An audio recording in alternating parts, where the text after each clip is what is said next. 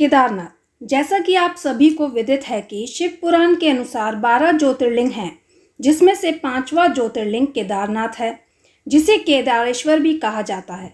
यह तीर्थ स्थल 4 धामों में से एक है। यह उत्तराखंड राज्य में स्थित है। इसके पश्चिम की ओर मंदाकिनी नदी बहती है।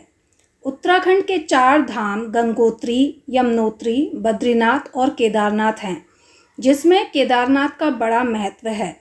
यह पावन तीर्थ स्थल मनमोहक पहाड़ियों से घिरा हुआ है। इस ज्योतिर्लिंग से जुड़ी 2 कथाएं प्रचलित हैं। एक महाभारत और दूसरी कथा शिव पुराण के कोटि रुद्र संहिता में वर्णित है। पहले हम कोटि रुद्र संहिता में वर्णित कथा को जानते हैं। भगवान ब्रह्मा के पुत्र धर्म और उनकी पत्नी मूर्ति के 2 पुत्र हुए थे, जिनका नाम नर और नारायण था। इन्हीं नर और नारायण ने द्वापर युग में श्री कृष्ण और अर्जुन का अवतार लिया था और धर्म की स्थापना की थी। श्री भगवद गीता के 4थे अध्याय के 5वें श्लोक में आप इस बात की पुष्टि कर सकते हैं। ये दोनों ही पुत्र नर और नारायण बद्रीवन में स्वयं के द्वारा बनाए गए पार्थिव शिवलिंग के सम्मुख घोर तप किया करते थे।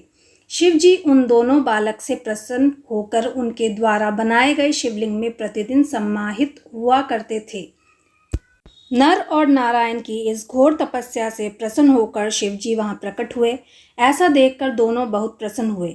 शिव जी ने उन बालकों से कहा कि मैं तुम दोनों की तपस्या से अति प्रसन्न हूँ।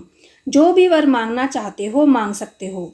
तब दोनों बालकों ने भगवान शिव जी से विनती की कि हे प्रभु, आप तीनों लोगों का कल्याण करने वाले हैं, अर्थात हम सभी के कल्याण हेतु आप यहाँ सदा के लिए लिंग रूप में विराजमान हो जाइए। आज उसी बद्रीनाथ स्थान पर शिव जी साक्षात विद्यमान हैं। वहाँ 2 पहाड़ भी हैं, जिनका नाम नर और नारायण है। ऐसा माना जाता है कि केदारनाथ की तीर्थ यात्रा करते समय यदि किसी की मृत्यु हो जाती है तो उसे मोक्ष की प्राप्ति होती है। दूसरी कथा। केदारनाथ देश के 12 ज्योतिर्लिंगों में शामिल है। कथा के अनुसार महाभारत के युद्ध के बाद पांडव भ्रातृ हत्या के पाप से मुक्ति पाना चाहते थे। इसलिए भगवान श्री कृष्ण ने पांडवों को महादेव का आशीर्वाद लेने की सलाह दी। इसके लिए पांडव भगवान शिव की नगरी काशी पहुँचे। केदारनाथ में शिव ने धारण किया बैल का रूप। भगवान शिव पांडवों को दर्शन नहीं देना चाहते थे, इसलिए वह हिमालय में गुप्त काशी में छिप गए। पांडव यह जान चुके थे, इसलिए भगवान पांडव के गुप्त काशी पहुँचने से पहले ही केदारनाथ पहुँच गए। यहाँ बैल का रूप धारण कर वह अन्य पशुओं में शामिल हो गए। शिव रूपी बैल भीम के पैरों के नीचे से नहीं गुजरे। पांडवों को संदेह हुआ तो भीम ने अपना विशाल रूप धारण कर 2 पहाड़ों पर अपने पैर फैला दिए। पैर के नीचे से अन्य सब गाय बैल तो निकल गए, पर भगवान शिव रूपी बैल पैरों के नीचे से नहीं गए। भोलेनाथ के दर्शन देकर पांडव को किया पाप मुक्त। इस पर भीम बैल पर झपटे तो बैल भूमि में अंतर्ध्यान होने लगा। तब भीम ने बैल की त्रिकोणात्मक पीठ का भाग पकड़ लिया। भोलेनाथ पांडवों की भक्ति और दृढ़ संकल्प से प्रसन्न हुए और दर्शन देकर उन्हें पाप मुक्त कर दिया। तभी से भगवान बैल की पीठ की आकृति पिंड के रूप में केदारनाथ में पूजे जाते हैं। अंतर्ध्यान होते समय भगवान के धड़ से ऊपर का हिस्सा काठमांडू में प्रकट हुआ। वहाँ वह पशुपतिनाथ कहलाए। अमृत कुंड। मंदिर के पीछे एक कुंड है जिसे अमृत कुंड कहते हैं, जिसका जल पीने से लोग रोग मुक्त हो जाते हैं। मुख्य मंदिर की बाईं तरफ किनारे पर एक शिव भगवान की मूर्ति है और मुख्य मंदिर से आधा किलोमीटर की दूरी पर भैरव जी का मंदिर है। ऐसा कहा जाता है कि जब मंदिर के कपाट बंद रहते हैं तब भैरव जी मंदिर की रक्षा करते हैं। मंदिर के ठीक पीछे एक छोटा मंदिर है। वहाँ शंकराचार्य की समाधि है। ऐसा कहा जाता है कि 4 धामों की स्थापना करने के पश्चात 32 वर्ष की आयु में उन्होंने अपना शरीर त्याग दिया था। इसी क्षेत्र में एक गौरी कुंड भी है, जहाँ शिव पार्वती जी का मंदिर है।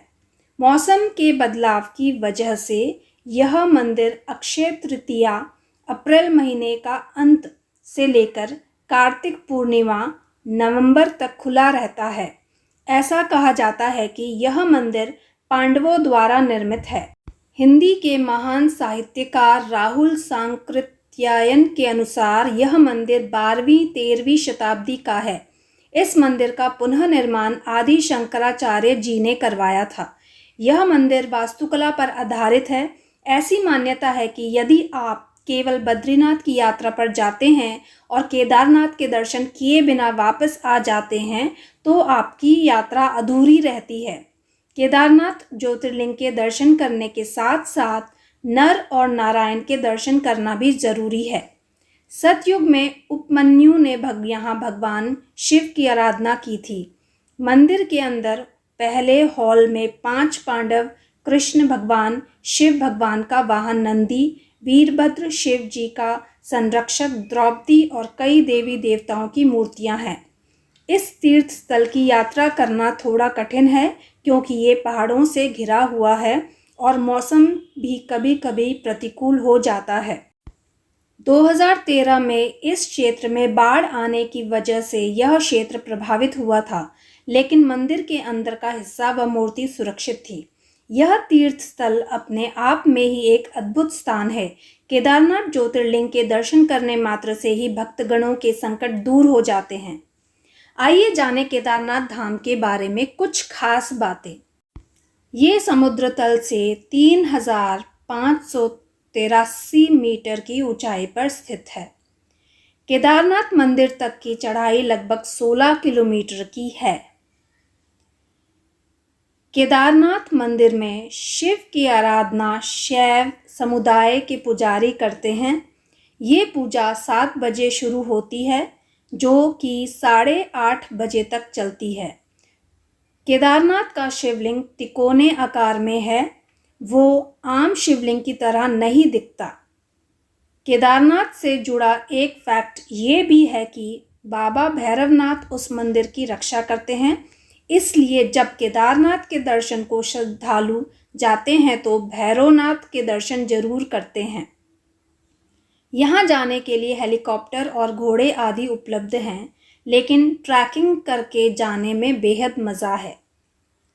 केदारनाथ का ये मंदिर पंच केदार यानी केदारनाथ, तुंगनाथ, रुद्रनाथ, मध्य महेश्वर और कल्पेश्वर का हिस्सा है, जो 5 धार्मिक स्थल भगवान शिव को समर्पित है। केदारनाथ के दर्शन साल में 6 महीने खुलते हैं और 6 महीने बंद रहते हैं। केदारनाथ धाम के दर्शन के लिए आपको कम से कम 4 दिन की आवश्यकता होगी।